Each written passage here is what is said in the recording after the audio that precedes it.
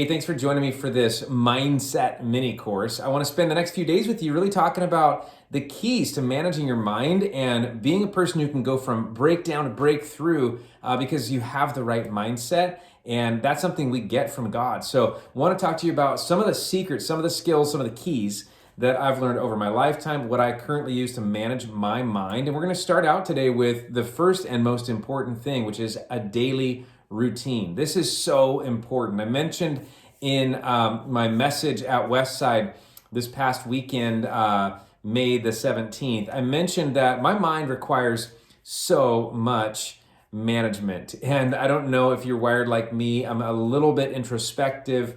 I'm a little bit analytical, just enough to get me in trouble. And what happens is sometimes I go down this spiral or this down this rabbit hole of thinking, and I've got to figure out how do I get in front of that and how do I really have that self-control that the Bible talks about.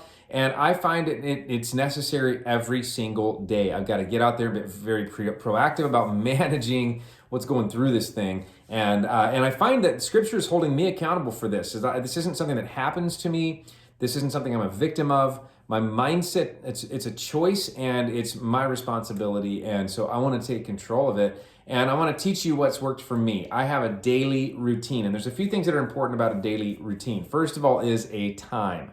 And what we find is that there's some people who are morning people, some people who are midday people, some people who are evening people or night people. It doesn't matter. I think the key to this is plan your time when you're at your best. What is the time where you're going to spend some intentional work on your mind? And we find that Romans chapter 12 speaks so much about this. It says, let God change the way you think, and that's going to transform your life. That our thinking actually directs our life. And so pick a time and stick with it. For me, it's morning, and I know that that's just my preference. Some people are that way, some people aren't. I will say that for me, it's a highlight of my week is when I just think about those morning times and how I can get up and I can get a cup of coffee. And for me, it's just this rejuvenating opportunity. Second thing that I think is a key about this daily routine is a place, a very special place. I have a very special place in my house where it's the same place I go every morning. It's the little room off the side of our living room.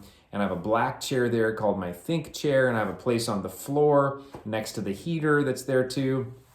And I just get down there with my stuff, my journal, my Bible. I get down there with my stuff. But the thing is, it's a place. It's a very special place. It's quiet. It's familiar. It's focused, and it's mine. And so I want to encourage you to find not only a time but also a place. And then the third thing is find a purpose for that daily routine. A purpose for me. Every single day, I want to set my mind, and then I want to set my agenda. And those things happen in that order. My mind has to be set before my agenda can be set. I find that when I set my agenda before I set my mind, it's all messed up. I got my priorities out of whack. I'm in a bad mood.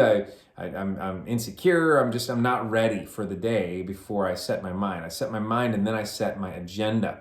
That's really the important things about that first key step is a daily routine.